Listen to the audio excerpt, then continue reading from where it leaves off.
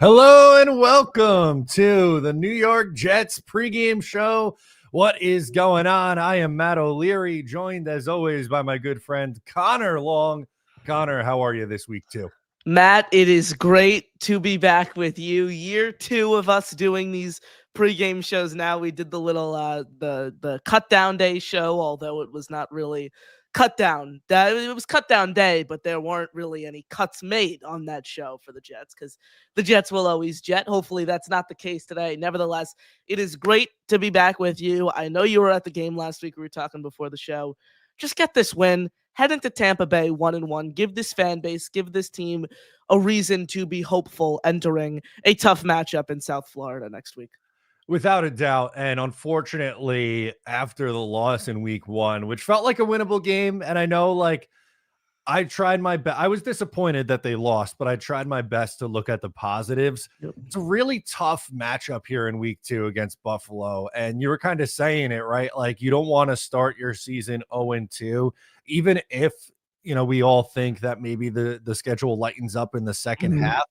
You could dig yourself too big of a hole. And, they're starting the season against 3 playoff teams from a year ago with, Pittsburgh, obviously Buffalo, and then next week against Tampa Bay. So would be really nice to see them, steal one today and put yourself in a good spot sitting at 1-1 before making your way down to Florida for back-to-back games against Tampa Bay and Miami. Certainly, and we were talking about this before the show. I brought it up. When you look at the Bills roster, obviously they have the reigning MVP in Josh Allen, one of the best quarterbacks in the NFL. His ability to extend plays and get out of the pocket and make plays is to the caliber that I don't think, frankly, we've seen in a very, very long time. So, the quarterback duel is going to be interesting to watch today. The secondary needs to bounce back because if this secondary performs like they did last week against Pittsburgh, this game is going to be over real quick. Just looking at the Bills receiver room, looking at their tight ends, they don't have any names that catch your eye. They don't have any huge names, but you saw last week, Keon Coleman over 100 receiving yards, Khalil Shakur, a steady contributor, Dalton Kincaid, one of the best pass catching tight ends in the league. So the Bills are able to beat you. Josh Allen threw for nearly 400 passing yards yesterday. The secondary is going to need to bounce back. My point, however, when you look at the Jets roster and you look at the Bills roster, obviously outside the quarterback position, these rosters are pretty neck and neck. There's no area where the Bills have a crazy advantage over the Jets. Sure, you could say the edge rushers, Greg Rousseau, maybe they have more depth there, but safety, an issue for both teams. Secondary, they're strong at the top. Christian Benford and Tyrone Johnson, obviously for Buffalo, Sauce Gardner and Michael Carter II for the Jets. So these rosters are pretty neck and neck. The biggest thing for this team, I think, is staying competitive and staying competitive early. I think if the Jets, let's say it's 17-3 come halftime, I don't see a world where the Jets fight back. They got to stay in this game from the jump. Yeah, and you know what I think would go a long way to that, and you were kind of referencing it in their week 1 matchup. Obviously shootout game 41-40, but Baltimore was really in control of that game for what felt like 3.5 quarters, like for most of this game. And it was a great comeback from Buffalo. I don't want it to seem like I'm diminishing that. But you looked at what the Jets did last week offensively, and Buffalo, they really struggled against the run. They allowed 238 rushing yards against on 29 attempts. So 8.2 yards per attempt on the ground for the Baltimore Ravens. Now, obviously, Lamar Jackson and Derrick Henry, I would say a tier above both Justin Fields and Breece Hall. As much as we love those guys, I'm rocking my Breece Hall jersey today because I'm thinking there will be a big game from Breece. But still, I think their game plan is ultimately going to be pretty similar to what it was against Pittsburgh. They're going to run the ball a lot, and when necessary, obviously throw it. But I think Buffalo's defense is susceptible to the run today. Certainly, they're also going to be without Ed Oliver, a player who played a pretty key role in the Bills' run defense. He's that Cam Hayward. He's the anchor on the interior of that defensive line. They're going to be without him today. That puts them at another disadvantage. We know this team's identity that was talked about all offseason long and ultimately came to fruition in week 1. Ground and pound, this team compiled over 180 rushing yards against, in my opinion, the best front four in the National Football League, talking about that of which the Pittsburgh Steelers possess. So You need a big game at a Brees Hall. You need Braylon Allen. You need him to maximize his opportunities in the short yardage situations. Expect the Jets to run the ball a ton too, because we got word that Tre'Davious White, there was an injury update with him. I skimmed over, Matt. Did you see that? If he was active? Okay, he will be active. I just wanted to confirm that, coming by way of Mike Garafolo of the NFL Network. Look, Justin Fields, if he was going to, get used to passing the ball and pushing the ball downfield, I thought last week against Pittsburgh was a very, very favorable matchup. Today, I'm looking for this Jets team to pound the rock and shove it down Buffalo's throat. Yeah, I think that's got to be the key to success, right? Like, and it's a really tough game. They're 6.5 point underdogs at home against Buffalo, and I think Buffalo deserves to be favored. And I don't know, even if I'm comfortable saying, like, hey, this is a game that the Jets are going to win. Can they win? Sure, of course. You can win on any given Yeah. Sunday. But if the Jets are to win this game, I think it's going to be on the backs of the running game, and they got to create a turnover. Aaron Rodgers threw them what should have been 2 interceptions. Michael Carter unable to come up with it. Brandon Stevens just falls down. They need a better game from Brandon Stevens today, for sure. So obviously, we'll see what happens there, but you can't have those special teams and defensive mistakes. Brandon Stevens and Tony Adams were two guys I tabbed in an article for Jets X Factor earlier today as guys who really need to perform to avoid an early season benching. Tony Adams, no stranger to that, obviously. We know what happened to him last year. Hopefully that decision doesn't have to come from the owner, however, this year. But you look at what those guys did in week one last week against the Steelers. If their performance today resembles anything we saw last week, you could look at a player like Malachi Moore to obviously take over the role as that low physical safety, replacing Tony Adams in that facet. Then when you talk about the cornerbacks with Brandon Stevens, Jets used a 3rd-round pick on Azaria Thomas. I get it was injured the whole summer, but if you are going to use a premium, it wasn't even the back end of the 3rd-round pick. This was the 72nd, overall pick. If you're going to draft someone that high at a position that wasn't really widely regarded as a position of need when you looked at the Jets depth chart, I think you should expect that they're able to come in and give you some solid reps. AC Thomas didn't play one defensive snap yesterday. So the cornerback depth behind Sauce Gardner after what we saw, I mean, there's a reason for Jet fans and people who just cover the team in general to be a little concerned with what we saw behind Gardner. Yeah, without a doubt. I think the secondary Sauce was really good in week one against Pittsburgh. The rest of the secondary, I thought, left a lot to be desired. And, Brandon Stevens, they gave a lot of money. So I think he's going to have a little bit of a longer leash. I don't know what the hell just fell over there. That scared the shit out of me. But I think he has a little bit of a longer leash than someone like Tony Adams. They were pretty quick, obviously, to make the move for Xavier Gibson. Tony Adams wasn't really a roster decision that they made, right? Like, he's a UDFA for the Robert Saleh era. So I feel like he will have a quicker hook on a guy like Tony Adams than he would necessarily Brandon Stevens, because that was their own free agent signing. But, we'll see. Obviously can't have repeat performances like he did in week one, because they're not going to be very competitive against Buffalo today, if that's the case. You mentioned Gibson there. Who kind of takes over his workload on special teams? We saw they signed Isaiah Williams to the practice squad earlier on in the week. Arian Smith is the player that we saw come in when Kene Nwangu on kick returns got injured, suffered a hamstring injury. No Nwangu today. How do the Jets adapt now, obviously moving on from Gibson as their primary punt returner and one of their kick returners, while missing their primary kick returner in Nwangu as well? Yeah, I think it's going to be Arian Smith and Isaiah Williams. I think those are the two that we see back there. They signed him. I would anticipate him being active today. Williams. Smith did get a return at the end of the game. I think both of those guys will be out there on kick. But as far as it goes with the punt returns, I think Williams is the front runner to get that role today. It drives me crazy, Matt, that Jamal Pritchett didn't get this elevation. And I've listened to reporters and people who cover this team talk about why they think that's the case. And they mentioned him fumbling in the preseason. I'm sorry, Aaron Glenn, but if your reasoning for not elevating Jamal Pritchett is because he muffed one punt in the preseason that was later recovered, staring into the lights at MetLife Stadium, and you employed Xavier Gibson, who had 10 fumbles over 34 games entering last week, I can't listen to that explanation, Matt. And you could say he caught every punt in practice over the summer. It doesn't matter. Ball security has been an issue for him throughout his whole career, and we saw it firsthand last Sunday. 2 fumbles. The first one isn't really talked about because Marcelino McCrary ball ultimately Jumped on it. jumped on Yep. it to recover it, but still 2 fumbles for Xavier Gibson yesterday. If your reasoning, Aaron Glenn, for not elevating Jamal Pritchett is because of ball security, that's hypocritical to me, given that you employed Xavier Gibson. Yeah, and I get it. And you just made not that you were making the case agreeing with it, but you gave the reason why the Jets kept him on the roster was he caught everything in training camp. But unfortunately, as soon as the bright lights go on, he reverts back to the guy that we've seen all throughout his career. I think 35 games, 11 fumbles, including last week. That's far too many. And obviously now they decide that it's time to make a change. We have our first super chat. Let's pull this up. The legend, Jake Asman. What's going on, Jake? Says 2 all-time greats talking Jets. Jets, baby. Absolutely love it. Jake, thank you for the support, as always, my friend. Oh, yeah, Jake. Thank you so much for the support. And I think as Jake is super chatting this, he is hosting on ESPN New York with Mike Tannenbaum right now. So shout out to you, Jake. Keep doing incredible things, as always, my friend. And you are the best. Jet up, baby. Love it. You want to get into some of these calls that we have on the line?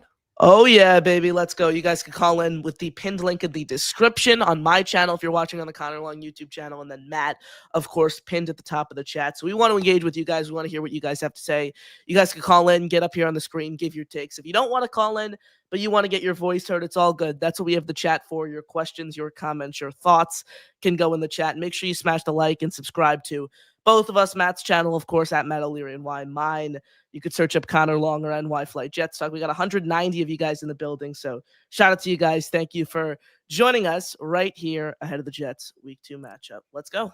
All right. So I saw this guy pop in here first, so we'll pull him up. Alan, what's going on? How are you? Hey, what's up, boys? First of all, really like the dynamics of both you guys together. Continue the great work. One comment and 2 points on the game. First of all, I woke up today and I saw a Tony Adams quote about the Bills, and I just couldn't help but laughing. The idea that guy still has a job as a starting safety in the NFL, mind-boggling. First of all, he made one play, an interception a couple of years ago against the Eagles, and he still is employed. He's lucky he got to play with even a worse player in Ashton Davis last year. So Tony Adams is an awful football player. Okay, I'm just going to leave it at that. As far as the game is concerned, 2 points. The only 2 ways I think the Jets win today. Number one, they got to score 30. They have to. I think the Bills are going to go right up and down the field against this Jet defense. I totally do. The back end of the Jet defense is so susceptible to Josh just hitting guys all over the field. Number 2 is the Jets have to control the clock. There's no doubt about it. They have to have the ball 37 minutes minimum. Because if you look at the game last Sunday night, the Bills had 85 plays in comparison to Baltimore's 51.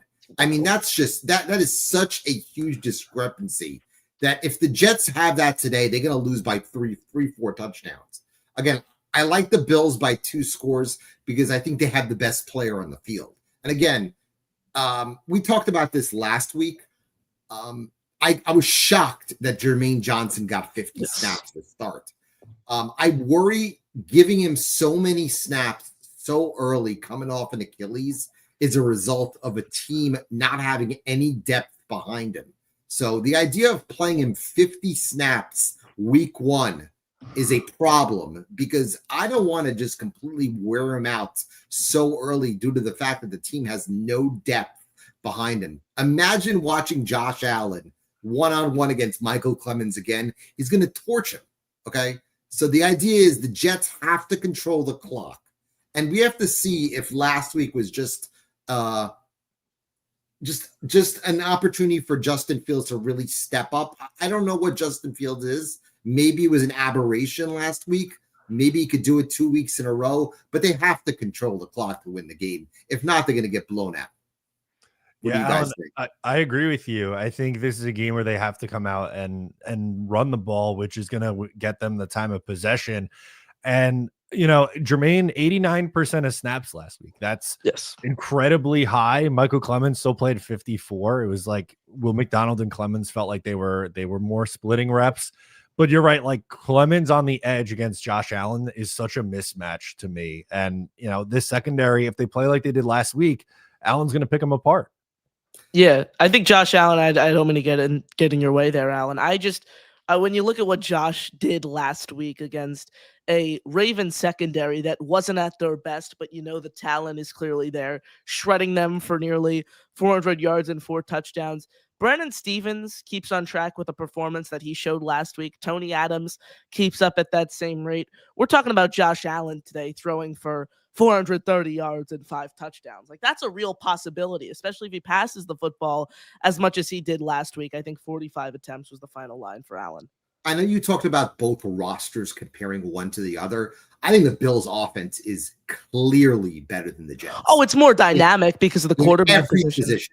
I disagree with that. Oh, I think the Bills' offensive line is better than the Jets. As much as you like the offensive line, I think the Bills' cohesiveness on the offensive line makes them a top 5 unit. I think they have the second, third, and fourth best receivers in the game today. I'll give Garrett Wilson credit. I think he's the best receiver for both teams. I think the Bills have the better running back. Even though people love Breece Hall, I think James Cook is the better player, and I think Dalton Kincaid is the better tight end. So if you look all across that offense, the Bills are clearly better. I think the Jets have the better defense, but the offense is such a big disparity. It's this disparity compared one to the other. That's why I think the Bills win, because they have the better quarterback and they have the more dynamic offense. All right. Alan, thank you. Thanks for the call, Alan. Appreciate it. Yeah, that's I think it's valid concerns to bring up from Alan for what this Bills offense can do. And we've seen them put up points. And the last few times the Jets beat Buffalo in 2023 and 2022 is kind of these low scoring games. But he mentioned earlier on in his call that if the Jets were to win, I think they need to put up 30. I agree with him there. I think this is going to be a high scoring game today. Yeah, I really think so. And when you look at the Bills secondary and what they present, it's nothing that Garrett Wilson can't beat. It's nothing that Justin Fields cannot solve. We're not talking about a secondary of the Ravens caliber. We're not talking, sure, you have Tyrone Johnson, sure, you have Christian Benford, 2 of which players that are going to be banged up entering today's game. Again, the biggest thing, like the Jets did last week, run the football, a lot of motion. I think I want to see a jet sweep with Arian Smith today. I want to see those jet sweeps. I want to see those end arounds, similar to what we saw at a point in the preseason with Smith. I want to kind of mix it up today. I want it to be a fun, innovative game plan, similar to what we saw out of Tanner Engstrand and his play calling last week. I'll say this about Engstrand, Matt.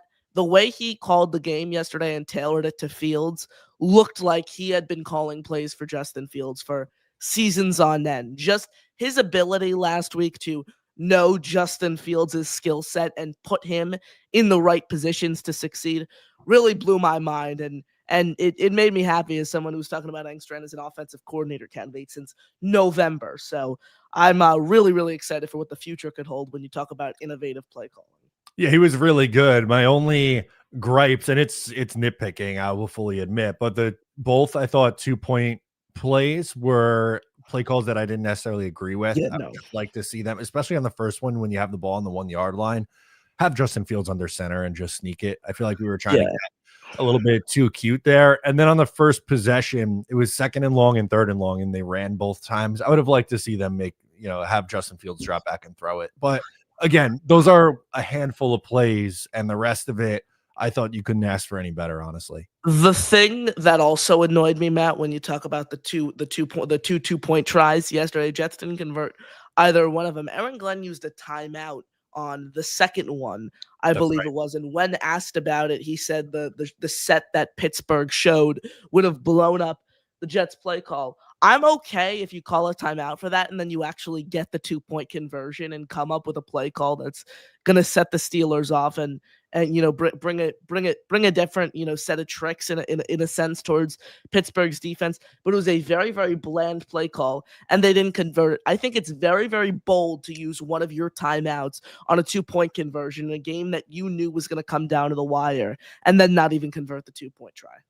Nah, you're right. Very, very frustrating there, obviously, and would like in the future to see them be able to convert at least on one of those two. It would have obviously had a big impact on what happened on that final drive. Did you want them to go for it the first time? I did, honestly. I agreed with the call. I liked being aggressive there. I just didn't like the play call in that spot. That's all. I was torn. I like the aggressiveness, but at the same time, being a Jet fan, I know those PATs that the Jets pass up on and the PATs that the Jets miss always come back to haunt them. So I like the aggressiveness. Didn't like the play call whatsoever. I think you just go quarterback sneak with Justin Fields there, or a bootleg like we saw on one of Fields' rushing touchdowns later on in the game. That play call, just at that point, just take the 1 point.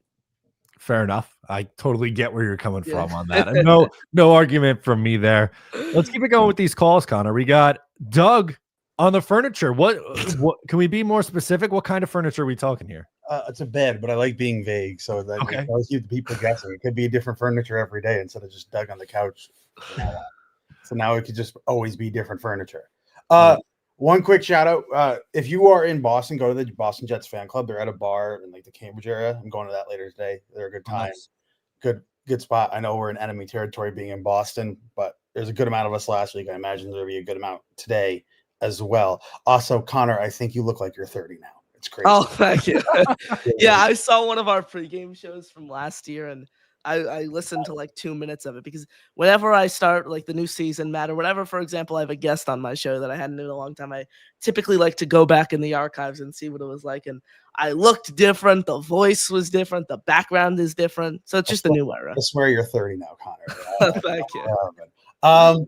Also, I think Alan just hates the Jets. I've never seen him talk positively about the Jets. I don't disagree that like it's gonna be hard to win. Like that doesn't take anyone with eyes to not realize that. But I do think we'll keep it close. Like, and I don't agree with all of his takes where he said like, oh, their offense is like so much. Yes, their offense is better because they have arguably the best quarterback in the NFL, and that will help. But I think the offensive lines are right on par with each other. I think the Jets have the better wide receiver 1. Obviously, they have the better wide receiver 2 and 3. And then I think it's a coin flip at running back, and then they have the better tight end. But like I don't think it's like leaps and bounds, like, oh my God. They have Josh Allen. Yeah. And that elevates everything. But if you watch the Bills like games last week and all their games, it usually takes Josh Allen playing like having Herculean efforts a lot of the time for them to win the games. And like if you can just have him have like a normal game and not like an incredible Josh Allen game, that's how you beat him. So like if you get him to like, I don't know, like 250 passing yards and keep him like under like 60 rushing yards, I think that's the recipe to beating Josh Allen, which again, easier said than done, but you got to stop him from having the insane Josh Allen games, which the Ravens were if it wasn't for that tip pass in the 4th and 2 and the 4th and 3 in that game Sunday night, the Bills lose that game. So they had a lot of things break their way, a lot of things fall their way that resulted in them getting the win. So, and you saw how the Ravens played against them.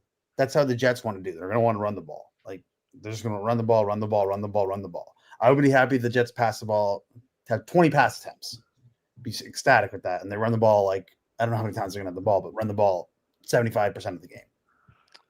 I do think it's going to be a heavy lean on the run game. I think it was like 65% rushing attempts to their 35 or whatever, however the math worked on that. It was definitely skewed more rushing. That's got to be the case again today, not only for the time of possession and just keeping the ball away from Buffalo, but as an area that their defense really struggles with. And without Ed Oliver too in this game, I think it just leans towards something the Jets should, focus on even more now.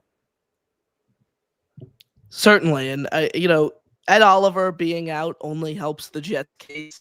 Like you said, I'm going to be intrigued to kind of see how the Jets use these running backs, because Aaron Glenn said earlier in the offseason this was going to be a running back by committee, get all 3 guys involved. What Breece Hall showed last week is that he deserves the clear-cut majority of these carries. And again, it's going to be huge to see if that was just a flash or he's able to carry it week in and week out. Matt, we do have the inactive list that just came out as I was speaking there. I will get that up for us here on the screen. So boom, boom, boom. Bear with me. And we have it. There is the Jets inactive list for today's game. Let me scroll down there. So Kanena Wangu expected dealing with a hamstring injury. Esapole, he had a ankle injury as his designation last week. It was probably he was going to be a healthy scratch probably either way last week. Same would hold true for this game. J2 Fellaini was dealing with injury. Same holds for Josh Reynolds. Jelani Woods, the repeat inactive. And then Tyler Barron, an interesting one, who played a handful of defensive snaps yesterday, a 5th-round pick who the Jets traded up for this year. He's inactive. I think the Braden McGregor, I think the performance and the more increased snaps we saw to Braden McGregor last week is what led to this decision. I will say here, guys, I would want to see a situation, whether it's next week, whether it's week 4, where should Stone Smart be absent in the pass game and give you nothing as a run blocker, throw Jelani Woods out there. He's a 3rd-round pick for a reason a few years ago. He was a high 3rd-round pick for that matter. So, Stone Smart, should he continue to do nothing as a pass catcher and give you nothing as a blocker, can't hurt to try to mix and match and give Jelani Woods a few targets. Oh, sorry. You want to go first? Matt, it's your show, so I'll. Yeah, wow, look at this. I was gonna say just quickly on Stone Smart. He didn't play any snaps in week 1. That's someone I'm keeping an eye on for this week. I think we saw what was against Green Bay in the preseason. That was when he had his touchdown off the screen pass. I'm curious to see if that's something they implement into the offense today and going forward. What do you got, Doug? I was just gonna say essentially the same thing. I think he might play a little bit more today because I don't know how I know they said he's healthy and he's playing Mason Taylor, but you don't know how much they want him to play on the ankle. So I would have I was going to say I think Stone Smart might play 10 to 15 snaps today maybe instead of the 0 he played last week, because you pretty much said what I was going to say. So I think you might see him a little bit more, not a lot, but a little bit more today than you did last week. One thing I will note out of this list, the Jets are going to have a lot of cornerbacks active today. Corey Black elevated from the practice squad. I wrote that up for Jets X Factor earlier today, and I wrote at the end of the article, I was expecting perhaps AZ Thomas to be inactive for today's game, or the more likely candidate in Quantez Stickers. Neither player took a defensive snap last week, so it looks like the Jets are carrying, a ton of cornerbacks into the game day roster with Sauce, Michael Carter II, Brandon Stevens, AZ Thomas, Quantez Stiggers, and obviously Corey Black, plus Isaiah Oliver if you count him. So that would be up to 7 cornerbacks on the game day roster today. Perhaps that could also be the reason why they are going with one less defensive lineman. And then I have one or two more questions, and you can let someone else go. Who do you think we see as a starter first? AZ Thomas or Malachi Moore? I would think Malachi Moore, because I think Tony Adams will have a shorter leash than Brandon Stevens because of the contract. Connor, what are you thinking on that one? Yeah, that's I'd say AZ Thomas would be more likely to come down the road. I think you see Malachi Moore quicker because the Jets didn't add Tony Adams this offseason. He was someone who was here from Robert Saleh, someone that Robert Saleh picked up. The Jets clearly like Malachi Moore. He also had a great preseason, which helps his case as well. I think the Jets are going to give Brandon Stevens some rope, like Matt mentioned earlier on in the show. I'm all for, if Stevens continues to perform at this rate, move on from him. I want to see the guy you took in the 3rd round over multiple positions of need in the draft. So I'm all for seeing AZ Thomas. I just think we see Malachi Moore in a quicker way. And then based on the news you brought up yesterday, Connor, what's your reaction to Jerry Jones trying to trade for Micah Parsons to the Jets? I think it was the right move. You don't trade that, especially with the money you wanted. We're not in a position to give up a first or 2 firsts and Quentin Williams for. Get me wrong, Micah Parsons is incredible, but I don't think that would be a good trade for us in general, because you just have no depth at defensive tackle after that, and you just have the edge rushers. It's just it's too much edge rushers at that point. You'd have to trade then one of Will McDonald or Jermaine Johnson, I think. And I just don't think that would have been worth it. Not only that, Doug, the cash compensation you would have to pay him as well is something I mentioned in my article. Plus, those 1st round picks are so valuable. wouldn't give up any first round pick if I were the Jets right now, unless it was like a crazy quarterback deal. Like we saw the Lamar Jackson trade rumors a few years ago. If this was the 2024, if this was the Jets last year, if this was the Jets in 2023, I would have a completely different outlook. But the Jets aren't a Micah Parsons away from winning a Super Bowl. It's not worth 2 first round picks and risking potentially taking your franchise quarterback with one of those picks over the next 2 years to, yes, bring in a very good edge rusher who does change the game for you, but he's not going to win the Jets a Super Bowl, just him alone. You give up Quinnen, who I'd estimate Quinnen's value right now if I were to trade Quinnen at a first-round pick. So if you think about it that way, you're pretty much trading the value. You would have had to trade the value of 3 first-round picks on top of giving them nearly an $190 million contract. Not worth it for me whatsoever. Yeah, I really like Micah Parsons as a player. I just don't think it's something that the Jets could have done at this point. I am not comfortable trading a first-round pick until it's, pretty well established that they have a quarterback in place. I love the performance from Justin Fields in week 1. Obviously just need to see more, but we're still in a spot where quarterback is on the table, and I think they should just hold on to picks right now. That's where I'm at. It's not like we have a glaring weakness at edge. Like we have 2 good edge guys who can play. I know like you're deaf, but like I think if you did that, then you'd be okay. Well, let's go trade Will McDonald or Jermaine Johnson. And right now, Will McDonald's looking great. Like first game, he looked great, and Jermaine Johnson played a lot before the Achilles injury is looking great. So I just don't think that would have been a good trade for the team. All right, guys, go Jets. I don't want to pick a winner because when I did that last year, it never worked out well. Good. So I will just take the over. Okay. I love it. Thank you so much, Doug, for the call. I want to do a super chat from Those Kills before we get back into these calls. He says, Gibson out, now it's down to guys like Clemens, Adams, Stevens to step up if you want to stay competitive and not give up big plays to the Bills. I think this is a great call out because all 3 guys, I think, are going to have major impacts on this game. The safety play, honestly, was not good enough in week 1, and the tackling effort from Tony Adams was really frustrating. Stevens got, caught for 2 touchdowns against. That's something that desperately needs to change this week. And then for Michael Clemens, like the gap control on the edge, if that's not there, Josh Allen's is just going to beat him to the sideline because he's not fast enough, and it's going to be a big play waiting to happen. So I love this call out from Those Kills. I think he's on the money. It's a great call out for sure. I like Braden McGregor more than Michael Clemens when you talk about playing the Buffalo Bills and how they fit each matchup. You need someone fast on the edge today. You need someone who's able to pick up and dissect a read option and get downhill quick enough to stop it.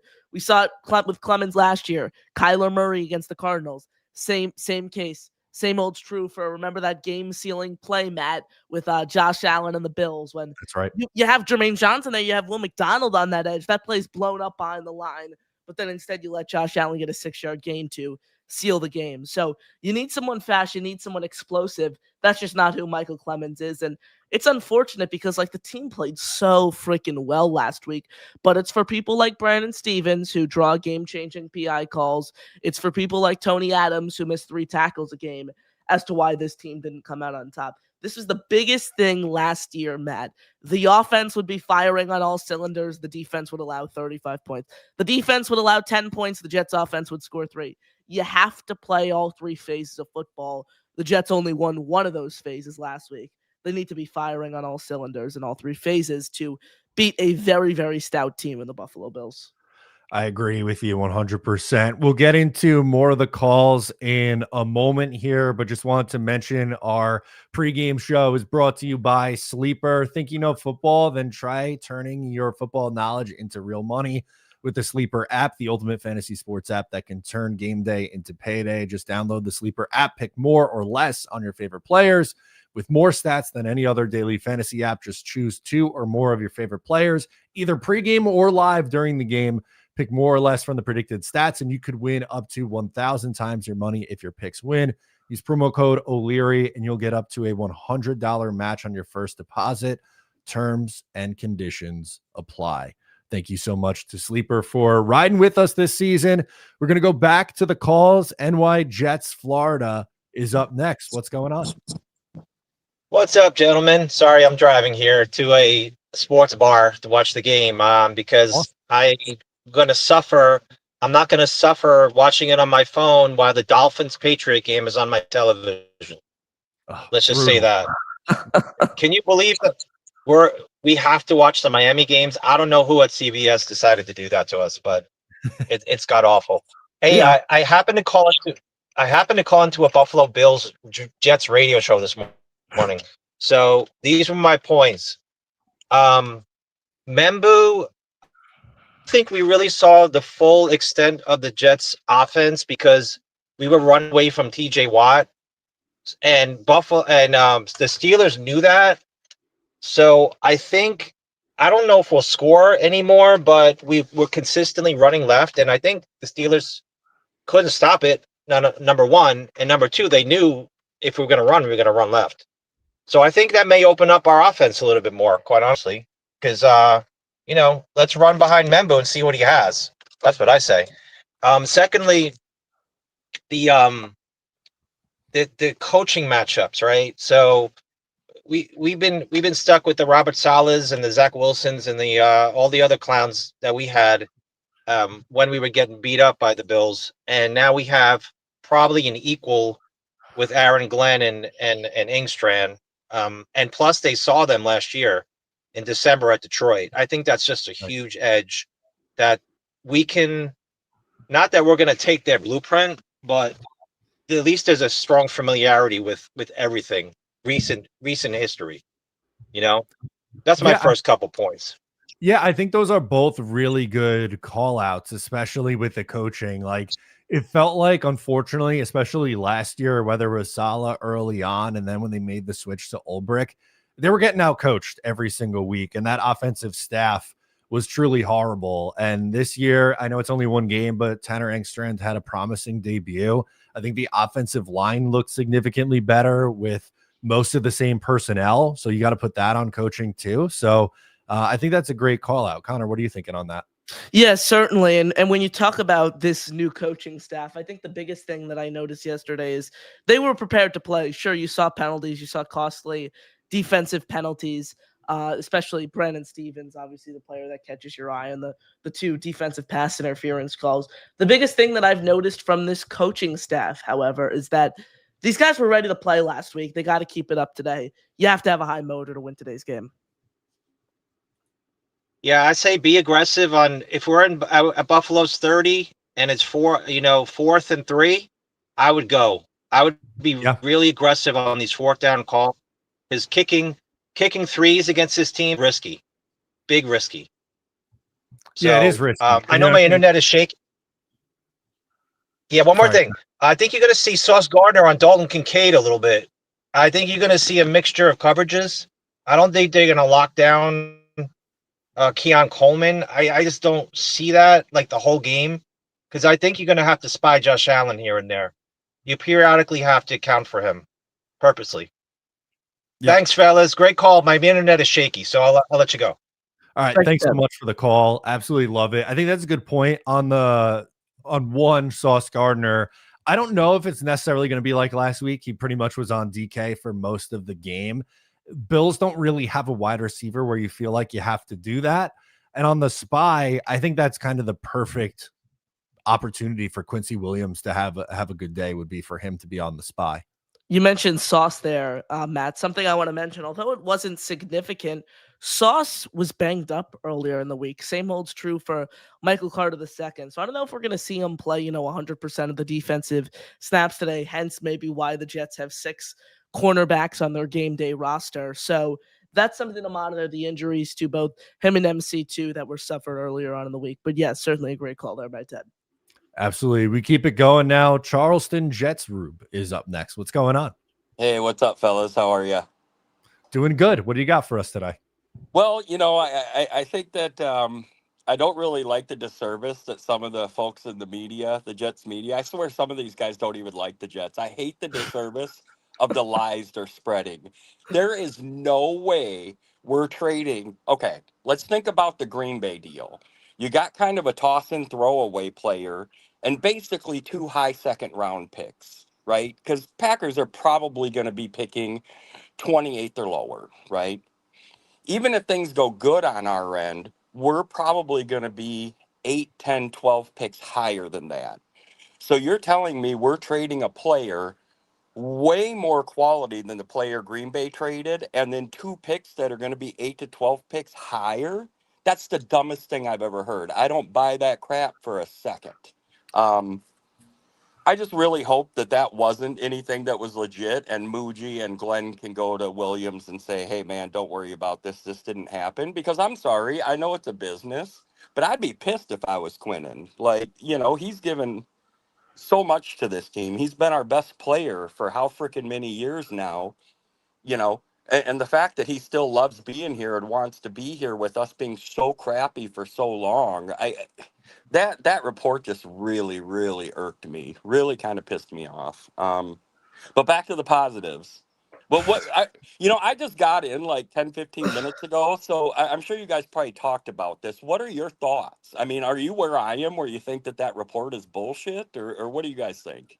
I think, well, on the reporting structure, it seems like Jerry Jones called the Jets and that's what he was looking for. I don't think the report is that like the Jets called necessarily Dallas and was like, we are willing to give you Quinnen Williams plus. I think it was more, hey, Jerry was trying to do that, especially because he got a defensive tackle back in the trade from the Green Bay Packers. It doesn't make sense from the Jets side to do it. And Micah is an awesome, awesome player. I love Micah Parsons, but to give up a first round pick plus one of your leaders and star players on the defensive side of the ball, I don't think it makes sense for the Jets. And there was a report, I'm just going to jump in here quickly. There was a report, Jets Rube, coming from Connor Hughes of SNY that indicated not that the Jets had agreed to this deal, but the issue with the Jets and why they didn't engage didn't have to do with the compensation they'd have to give up. It had to do with paying him the lucrative contract, which also comes on top of acquiring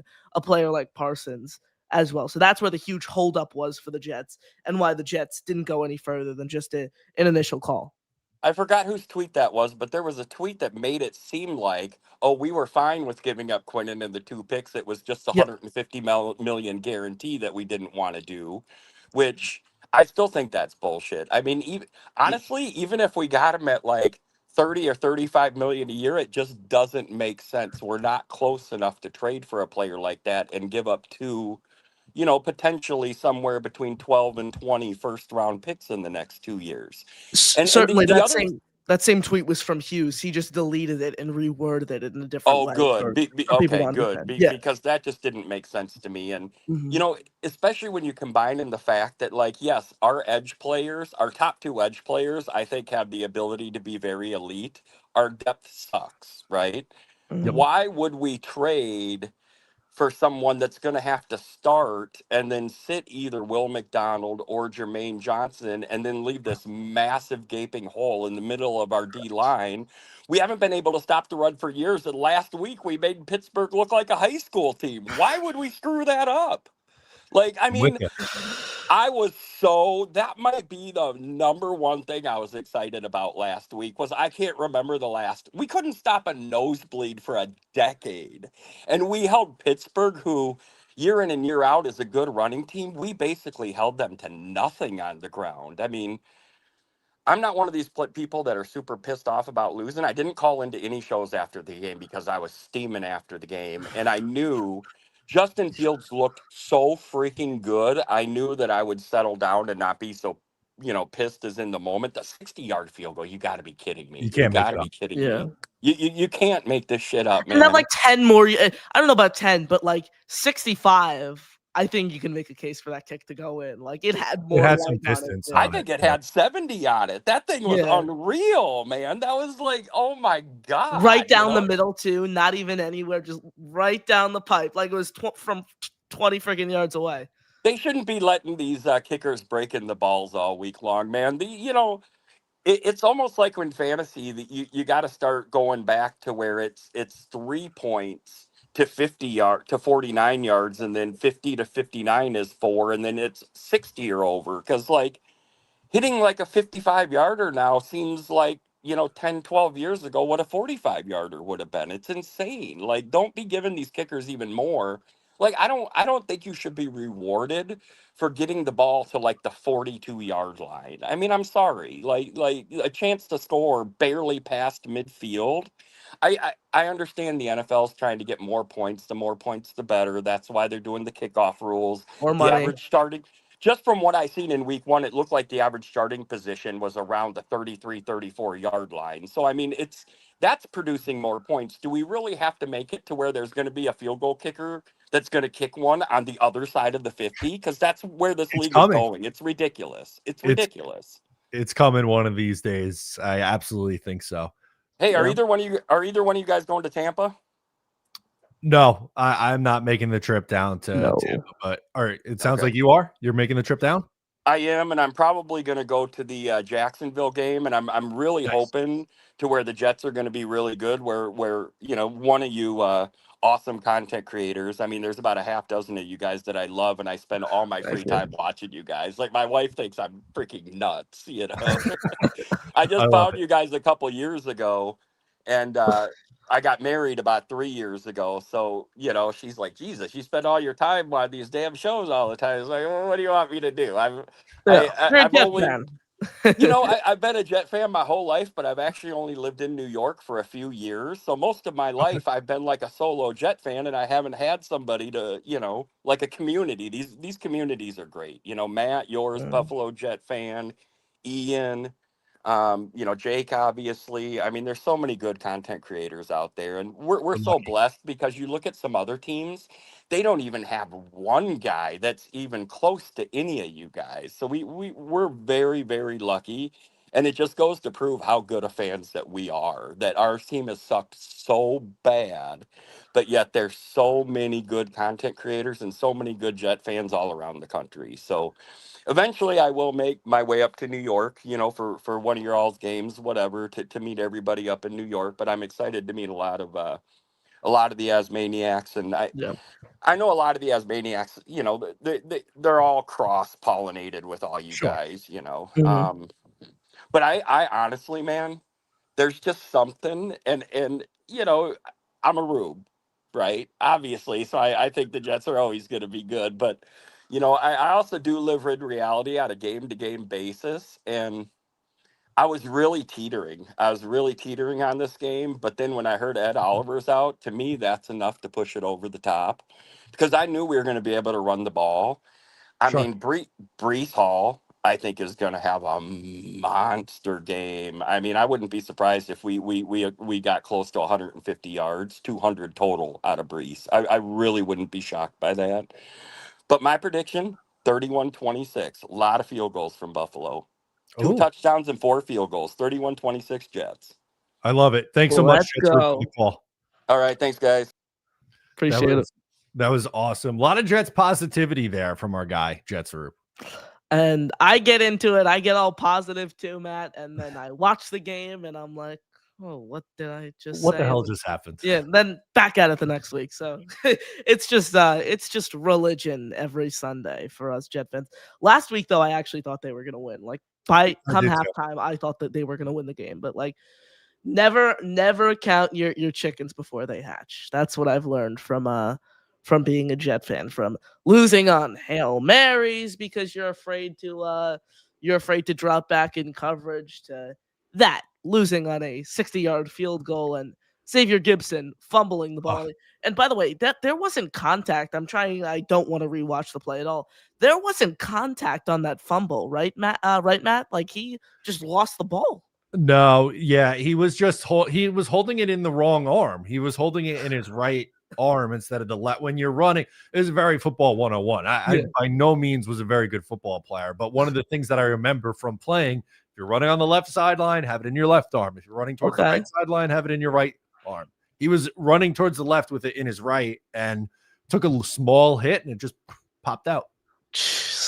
Oh my god, you should have been back there returning kicks, Matt. Like honestly, like at that point in the fourth quarter, I would have been okay if they just let it roll out of the end zone and take it at the 20-yard line. If it, Take it at the I caught the end of your show with Jeremy on the bus ride home the other day, and I heard Jeremy talking about last year how him and Green Bean were pleading just to not put anyone there on punt returns, just have it roll, because that's better than taking the risk of Xavier Gibson having one of his 1,000 game fumbles on a gamely basis. So let's hope that Isaiah Williams, Arian Smith, whoever's back there, maybe Andre Cisco on punts. That's a sneaky take. Andre Cisco at the training camp practices I if covered. you can catch it, Yeah. I don't care about the big return. Just catch the ball, man. Yeah, I know, and that's where we've gotten as Jet fans. We don't care about the big plays. Just minimize the damage. Minimize the damage. And that's what it's like being a Jet fan, folks. I love it. Let's keep it rolling. We got another legend on the line. Oh yeah. Beastbreaker is calling in. Beast, what's going on, man? First round. This is what we're gonna do to the Bills first round. You remember what Apollo Creed did in the first round? Stick and jab, stick and jab, stick and jab. Then once get 7-0, get them down, and then 14-0 first half.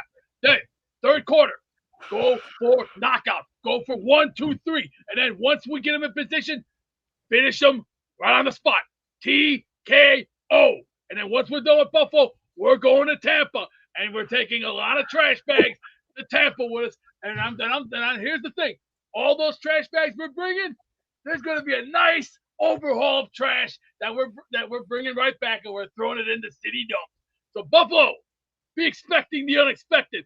We're going to pop you one, we're going to nail you one, and we're going to deep fry your ass hot. We're going to do it in 3 different ways. How would you like it? Garlic and herb, lemon pepper, or do you want a little? Because I could add a little bit of the big fella hot sauce here. Ooh, yeah. Oh yeah. You don't screw with Beast, this just hot don't get sauce. it in your eye like last time. Last time you were playing with that. No. This stuff is tough. It's a man sauce. And I'm gonna tell you, we're gonna knock the Bills out when the fourth quarter hits. Like Rocky's manager once said, "Come on, Rock, finish him off. Just go for the boom. Go for the finish. Once you get them in position, knock their sorry ass out." Beast, John says he is wearing your shirt from the Jake Asman merch store. Yes, muchos gracias, but we're not worried about that. We're worried about one thing: dominate, destroy, annihilate, and destroy the opposition. Hell yeah, Beast. I love it. You got me hyped. I'm ready to run through a brick wall right now. Take him off at the head. Behead the Bills. We're ready. We are ready. We are 1 hour away from making history happen. And we're going to break the Bills just like this. Phenomenal call, Beastbreaker. Thank no you. mercy. Remember these words. Strike first, strike hard, no mercy. The enemy confronts you, they're the enemy. I love it. What a call. That got me hyped as hell. Beastbreaker got us all amped up for this Jets-Bills game. Show no mercy. Cut right at the throat. Yeah. That's the move today. Right. And the thing that I love about Beast, Matt, is that call could have gone on through the game without Beast struggling to fill airtime. Like, you can put him on the show and he will find things to say for 4 hours straight. So props to Beast as always. Another super chat before we get back to these calls on the line. Dano, our friend, chimes in, says, imagine leading the East in a few hours. It's possible. They got to win, right? They'd have the tiebreaker against Buffalo, and then obviously someone's got to win between Miami and New England. They both looked so bad in week one, Connor. Are you leaning one way or the other for that game? I'm still leaning in the direction of the New England Patriots. I still think they can be an 8 or 9 win team. I had them winning 9 games in my final record prediction. Look, it happens. Their offensive line clearly isn't among the league best. It's against the Raiders, a team that, let's be real, they have a solid quarterback there. They have a quarterback who can, win football games for you. They obviously drafted Ashton Genty. They have Brock Bowers. Let's not talk about the Raiders like they're the Titans. Let's not talk about the Raiders like they're the Browns. They have a great head coach in Pete Carroll. This isn't a team that, I'm looking at now, Geno Smith threw for over 350 yards and a touchdown, and still it was a 2013 game. Look, 13 points isn't pretty, but this isn't a Patriots team that was blown out of the water. I'm a big Drake May fan, and frankly, when you look at what the production did for him up front against the Raiders, I was pleased with his performance. 30 of 46, 287, a touchdown, a pick. So I've been a big Drake May fan. I'm staying in that direction as much as I hate to say it. I just don't like the Dolphins because Dolphin fans are just annoying. And I don't know. They had a players only meeting after week 1. That's usually not a sign of positive things to come. And you never know, right? Like sometimes week 1 is wild and things snap back on track. But I thought all offseason I was getting weird vibes from Miami, and they just looked absolutely horrible in week 1.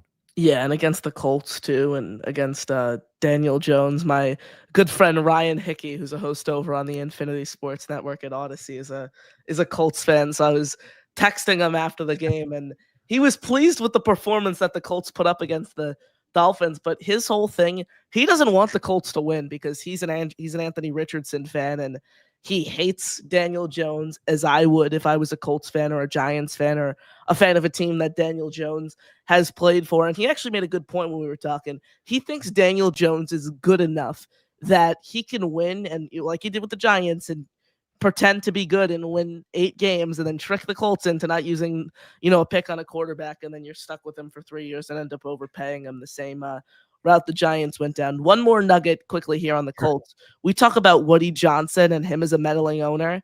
Have you seen this stuff about Jim Irsay's daughter, Matt, and how she's on the sidelines with a headset during the game and she's in the weight room with the players? Like, this is out of control. Yeah, that's a good example. Woody, obviously, Jerry Jones. There's a lot of these owners that I feel like are way too intimately involved, and it makes me nervous as a fan of one of those teams. Oh my God. It's just like the Woody, like I get it. I understood Woody's meddling to an extent. I'm not a fan of it, but if I was Woody, I'd kind of understand that perspective as well. You gave guys your chance, then you lost all your confidence in them, so you had to step in. But like wearing a headset on the sidelines in the weight room with the players, that is where that line is drawn. That is entering a completely new territory past the Jerry Jones owner GM role.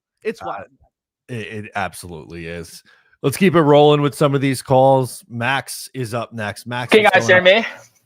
Yes. What's up? What's up, Max? Two predictions. I think the Jets are going to win today. 30-24, another high scoring game. And then, saying about Gibson, he was horrible. With the, I agree with you, Matt.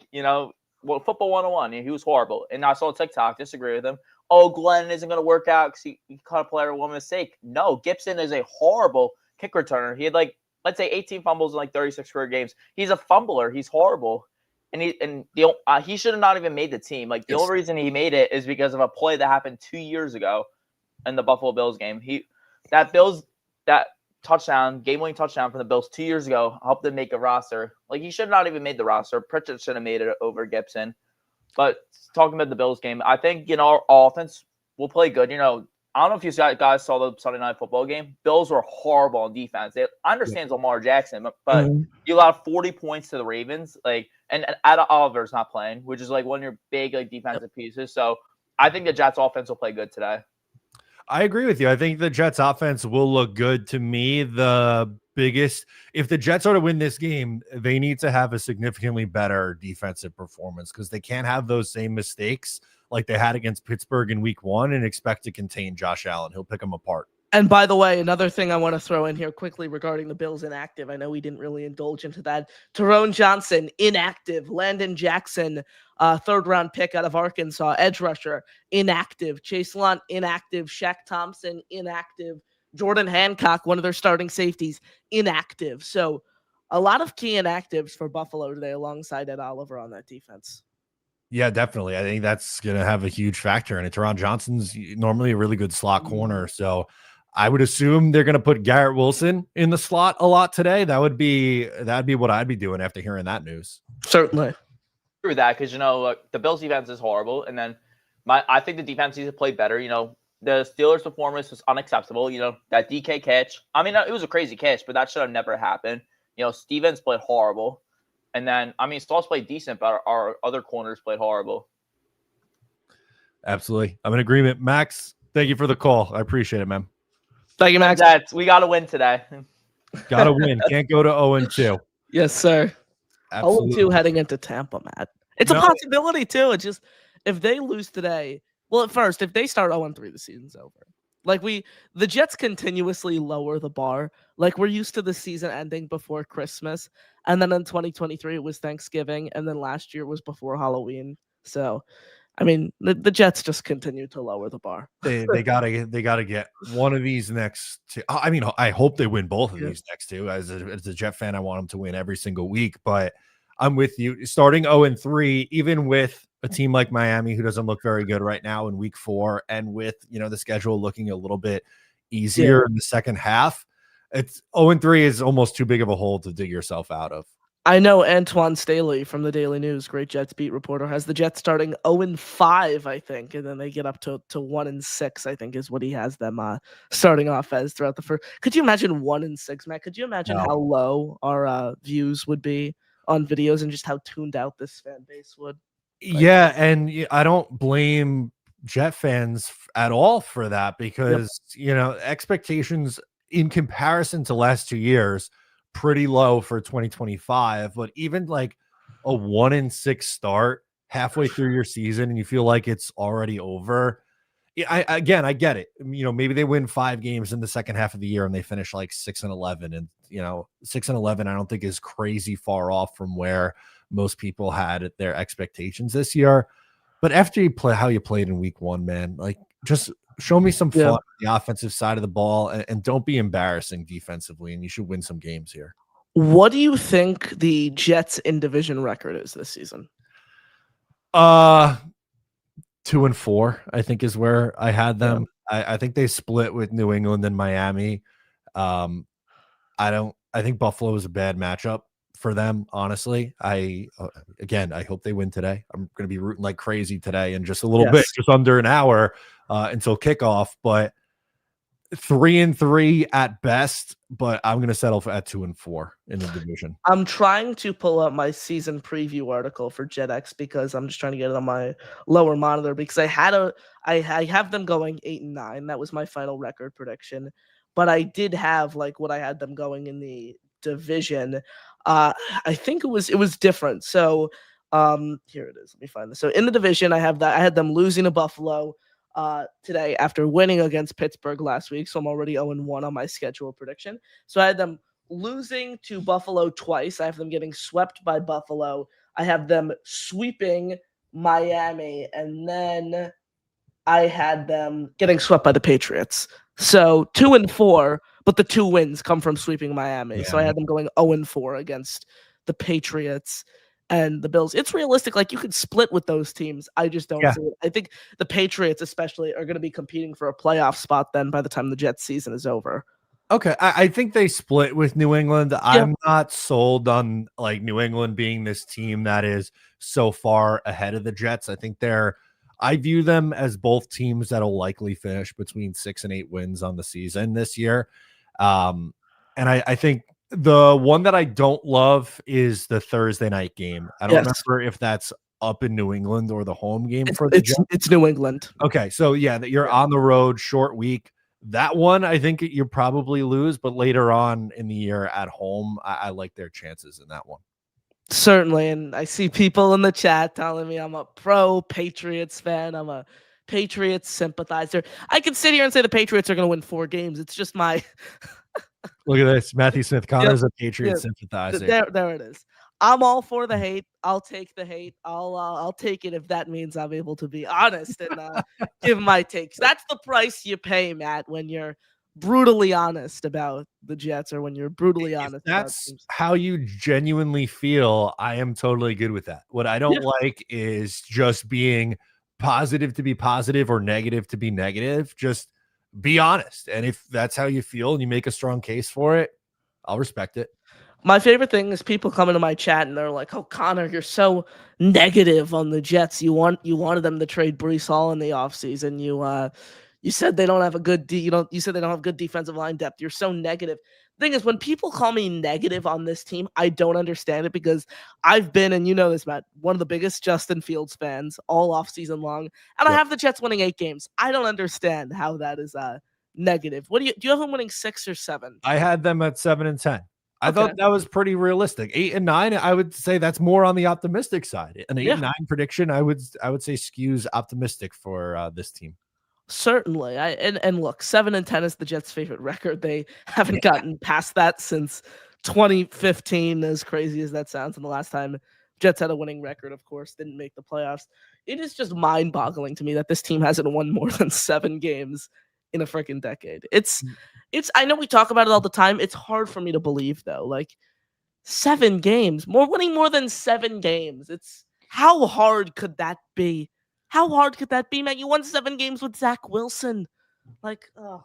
And then last year you have Aaron Rodgers, and somehow you finish 2 games worse. You go 5-12. So I don't know. Coaching matters in this league a lot. Obviously, I'm pretty optimistic about this Jets coaching staff. So maybe not in year 1, but I think they do eventually get this thing turned around. I don't remember who exactly it was, but someone came in my chat about a week ago on YouTube and was like, Connor, who do you think the Jets are going to hire once? Oh, it was some point this week after the Steelers game. And said, Connor, who do you think the Jets are going to hire as their offensive coordinator after Tanner Engstrand gets poached to be a head coach? And it's like, all right, I love Tanner Engstrand, and I've been a huge fan of him all offseason long, and he called an incredible game. But there's no way that the Jets lost a game and we are worrying about who is going to replace Tanner Engstrand when he gets poached to be a head coach after 1 game. You got to love it though, Matt. That's what makes this fan base so great. We're just one of a kind. That's the only way to put it. Yeah, we are definitely one of a kind. And after being out of the playoffs and on the outside looking in for the last 15 years, I don't think anyone really has a right to be upset with you for being pessimistic about a couple things on this team. Yeah, it's all right. We'll see today, though. Again, I think this game is going to be a huge test for the Jets in the sense of, was last week just an offensive flash, or is this success here to stay? I wrote an article for JetX earlier in the week. I think it all hinges on health, whether Justin Fields' success is sustainable. The biggest thing that caught my eye that nobody's talking about, the 2 biggest things, Jets converted 50% of the time on 3rd down last game. 7 out of 14 tries. That's unworldly for the Jets. Also, Fields, no turnovers, no fumbles, only 1 sack taken. Props to the incredible protection up front. And no interceptions. No interceptions from Justin Fields. It's a rarity that we see that. So I think it's here to stay. He's continued. And another reason that helps back up my case isn't like we haven't seen this before. We've seen him continuously progress the passer year in and year out. People forget the Bears traded away the number 1 overall pick due to his success in 2022. This is a guy who got MVP votes in 2022, Matt. He got an MVP vote in 2022. It's the best play caller he's played under. It's the best offensive line he's played behind. And frankly, you can make a case that Garrett Wilson is the best wide receiver 1 that he's played with. So I think it's here to stay for Justin Fields, all hinging on health. I hope you're right. I really hope the Jets found their quarterback of the future with Justin Fields. He was awesome in week 1, almost 73% completion, 218 yards, passing touchdown, 2 more rushing touchdowns, 119.1 passer rating.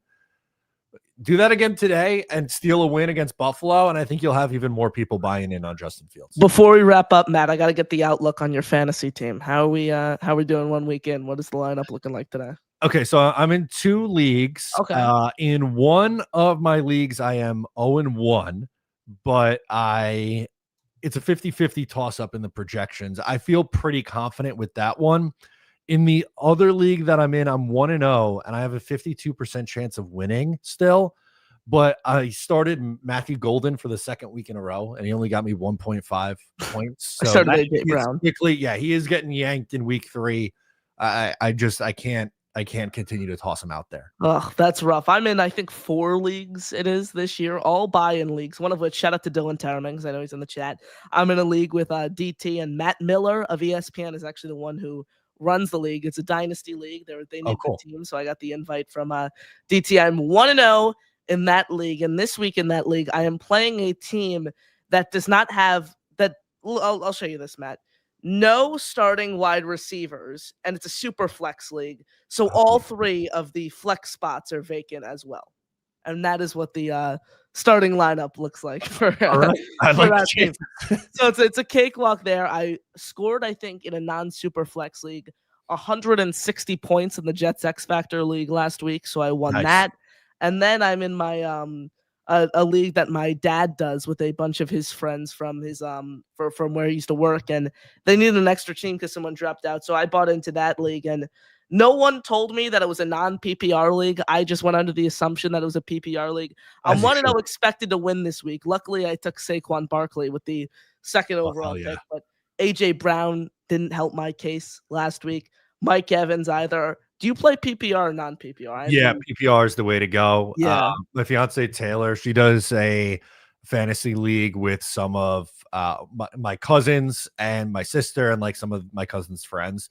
And it's a standard scoring league. And every week when I'm helping her with her lineup, I always forget that it's a standard. Yeah.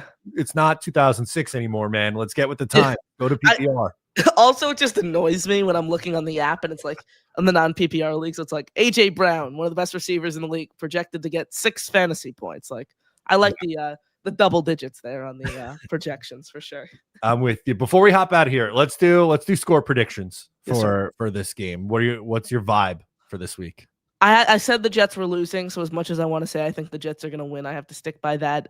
I will go 30-24 Buffalo. We are very close in our predictions. I also have the Jets losing. I had it 31-23 Buffalo. I think it's a tight game into the fourth quarter. I just don't know if the Jets have enough defensively right now to slow up Josh Allen and the Bills. I hope I'm wrong. I hope we're back next week talking about the 1-1 Jets and previewing a good game against Tampa Bay, Connor. Throwback to last year, Matt. You got a hot take for today's game? Oh, hot take for today's game.